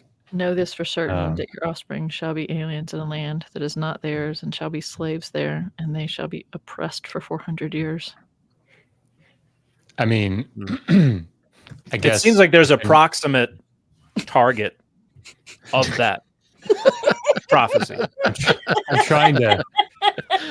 How do we say this, Kip? Depending on one's interpretive model, it could be a prophecy. Is that fair? I once had someone tell me that aliens could exist because I think it was Jesus or someone said, "I have another flock of sheep in a faraway land," and he's like, "So maybe that's yeah." So I mean, I wondered that when I was a teenager too. Yeah. Well, that's how Latter-day Saints rationalize, right? Yes, the Jewish folks in the Americas, right? As sure as that's an olive branch. The laughing philosopher. Thank you. Is this analogy useful? Jesus, Indian guru. Paul, Indian American popularizer. Gospel implicit context, USA. Gospel explicit reference, Indian. Okay, I need some help. Yeah, I need to take some time with that. Indian is to Indian. I mean, I know people reference saying he spent some time in India before he did his thing, but I think it's just an analogy. Yeah, it's just to say, like, if They're we just trying to consider say- Jesus, like, about the authenticity or the claims being made that you have you might have an authentic guru, but then you might have this Paul being the popularizer trying to make Americans like the Indian stuff, and then the Gospels are written for the American context, not for the Indian context, but the references are still. Oh, thank you. That was a helpful explanation, but I still say all no. that philosophy I've studied, you know. Okay, whatever helps you make sense of it. That's I understand the logic and what we're doing, but I'm not sure it's like. I fundamentally read it differently. I read the Newer Testament and the development of early Christianity differently, and I might, you all might not agree with me on that, but I think of what Paul did as just radically different from. And actually ignored. I mean, I talk about this all the time on my live streams. I mean, he actively ignores what Jesus stood for and did that got him killed, and just focuses on the death and makes that salvific. So, like, they're not even on the same page, So, and he creates something significant. So maybe on that level, Indian American population, and it blows up here, perhaps. But he's not even. Anyway, I still remember when Dr. Francesca Stavrakopoulou was on a talk show. Someone asked her, "What parts of the Bible would you remove?" And she said, "Paul." And I was just like, "Oh," because she's like, he's just so down on humanity, and I was like, that's pretty accurate. Discovering ancient history with Pat. Sorry, if I may jump in, David, before you get to the other one, I feel bad about not being able to give sources for that previous question from that generous super chat. So I did just pull up a handful of books that I know that I referenced in my dissertation that I think probably you're going to find discussion that's going to be relevant in these books. One is S.J. Barnett, The Enlightenment and Religion, The Myths of Modernity, which I think will be a great discussion. Wayne Hudson from 2009, Enlightenment and Modernity, The English Deists and Reform. Harrison's book, Religion and the Religions in the English Enlightenment, is a good discussion. God in the Enlightenment is an edited volume by William Bullman and Robert Ingram that has a number of discussions that are going to be relevant. Toleration in Enlightenment Europe by Grell and Porter is another one that's going to be great. And then I think this is just a great book all around and is relevant to some degree. William Cavanaugh's book, The Myth of Religious Violence, talks at some length about those periods as well. So there's going to be stuff in there that's relevant to how religion and Enlightenment rationalism are interacting with each other that I think will help contextualize the discussion a little better. So sorry for interrupting. That's great. Discovering Ancient History with Pat Lowinger, Dr. Joshua Bowen, the Doctor of Slavery. He'll cure you of your slavery. I just don't know why Josh is so obsessed with slavery. That's Dr. Josh. I'm bound by it in some way. So we do. So they're all the super chats before we cut it off, but there are a few that we could probably still get to. So I'm just going to before we have to wrap up. But this is the next one. Boring Turtle, $10. Do you think the people of the era had a notion of suspension of disbelief that seems like a core part of verisimilitude? Verisimilitude, and I suspect it's anachronistic. Someone else needs to read these. My gosh. So I think there's some of this. Like, I think the idea of suspension of disbelief is starting to creep into some of the early earnest attempts at writing histories, right? One of the things that Herodotus does is start to develop models of analyzing source material in an effort to make determinations, right, about what we can believe and not. I don't know. It's an interesting question, though. It is. I think that part of me wants to say, with no sources, or this is not coming from discussions, I just want to suggest, though, that if we do, then they probably did too. Mm-hmm. I mean, to a certain level, but because they're humans just like we are. They were humans, like there's a part of just because we have access to more resources and ways of and texts and things like that, which is what we focus on here. We have more of those, but I think it's I want to be careful about talking about ancient people as if they weren't as intelligent or aware in this, in the ways that we can point to, because we have things that talk about it more clearly. I don't know if I'm making sense. Anyway, I'll just stop talking. There's a possibility. Let's just say, I think there's a possibility. We have a great comment from MJR Schneider.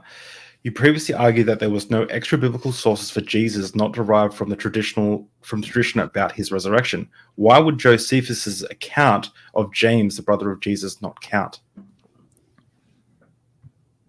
I think that one's for Dan, right? It seems like it probably is.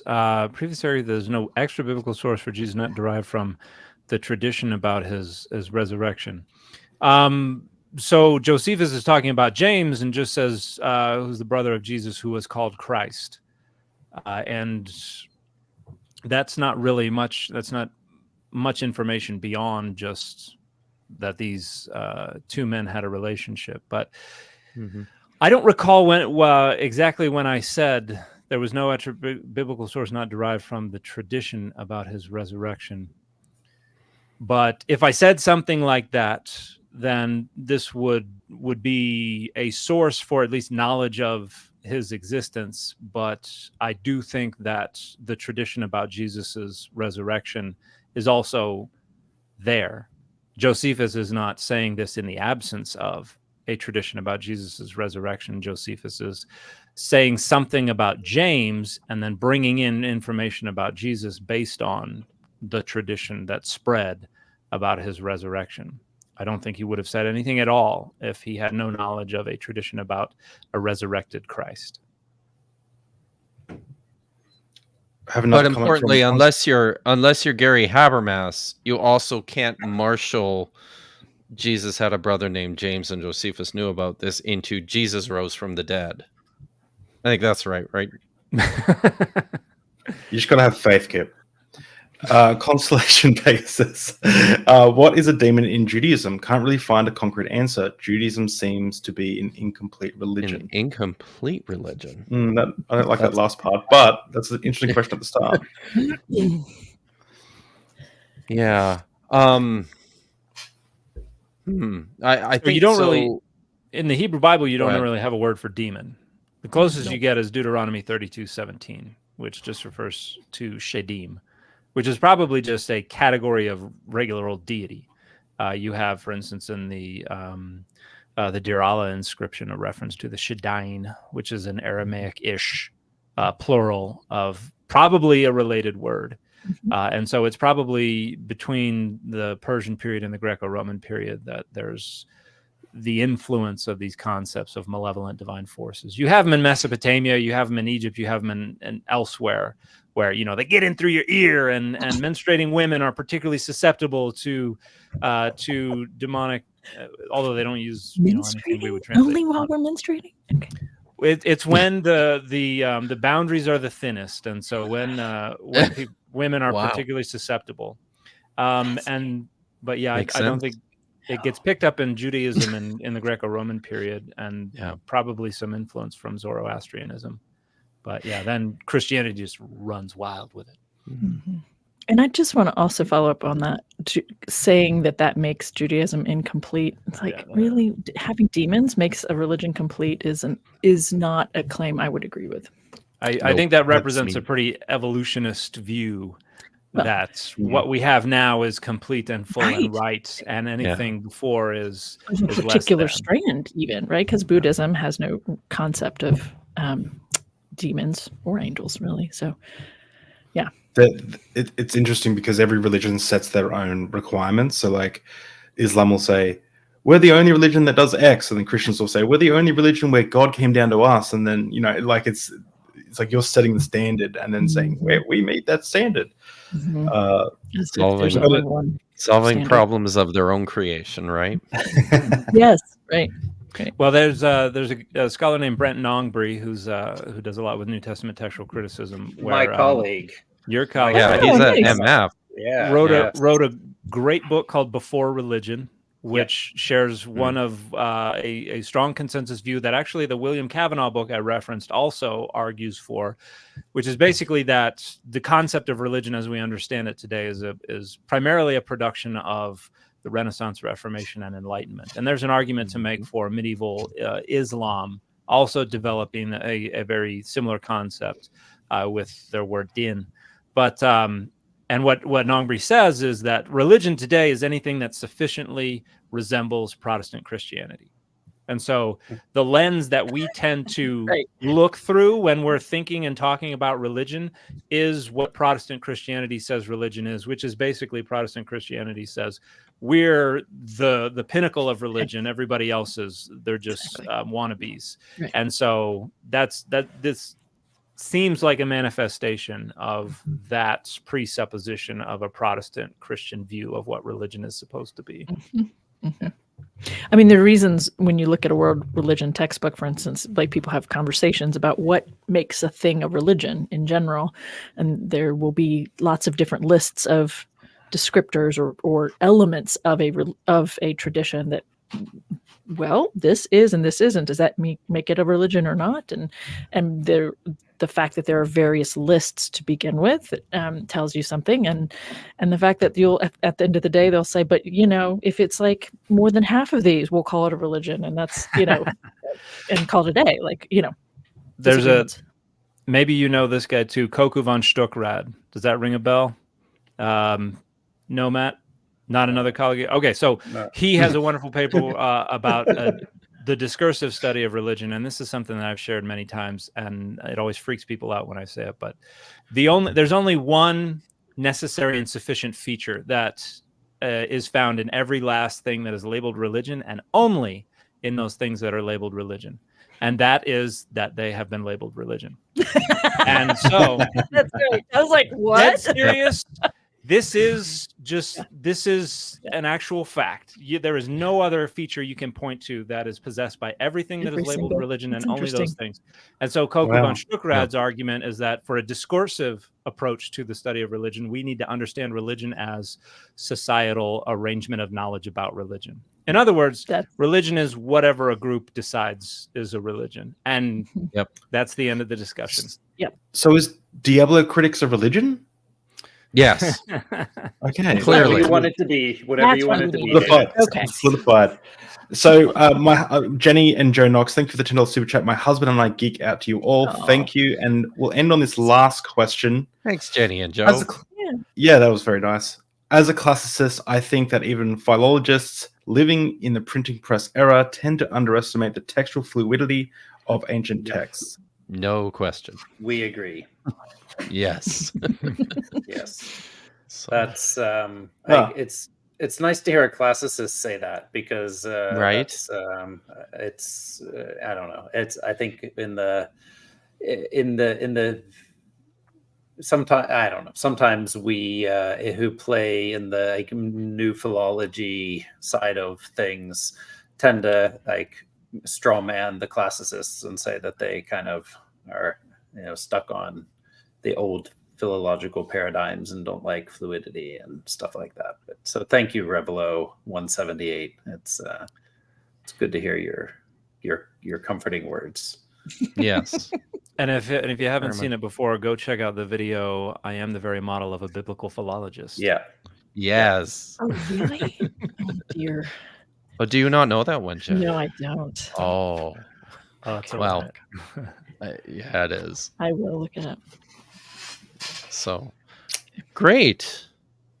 So we have with the remaining time, one of the things that we've committed to doing is talking a little bit about current work, new work that we're looking forward to, stuff that we're doing in the actual, the real world of scholarship.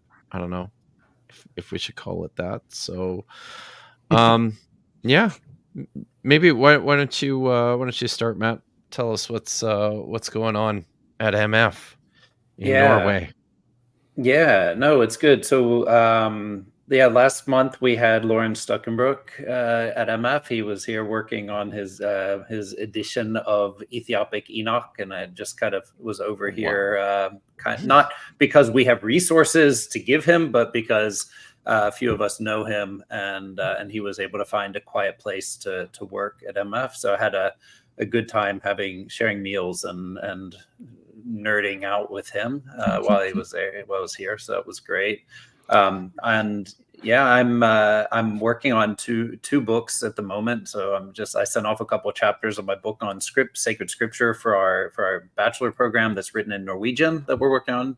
And I have now kind of an agreement with Gorgias Press to publish my book of Syriac biblical riddles, which I'm sure will be a bestseller when it does come out. So just working, writing a lot these days. So yeah, nice. Dan, what's going on? Nothing. What's going on with you? I wasn't doing nothing. I'm gearing up for a conference that's going to be taking place at Brown University. It's next month, isn't it? Of May. It's called the Meanings and Ends of Religion. Oh gosh, of monotheism, but it is inspired by William Cantwell Smith's book, The Meaning and End of Religion. And we're going to talk a bit about why monotheism is not an analytically useful framework for looking at the Bible. And we've got, I think, we have 10-ish scholars who are going to be speaking. Looking forward to that. I just have to finish my paper. And then what's that? I was going to say, I think I saw David Burnett in the chat today. Yeah, I got a message from him. A couple texts from him while we were chatting. Yeah, he and I are organizing it with some other friends, including Saul Oljan, Yeah, it's nice. going to be a great time, and there will be a publication coming out of the other side of that. And then I've got 2 other books that I've got to finish before the end of this month. One's a trade volume, so that's supposed to be coming out early next April. So we're all excited. Prepare to be very annoyed by me. Once I have a cover, you might as well just mute me, because I'm going to be intolerable. Fun fact, Saul Olian was the first ever scholar that I had sent an email to. Really? What were you asking him or saying?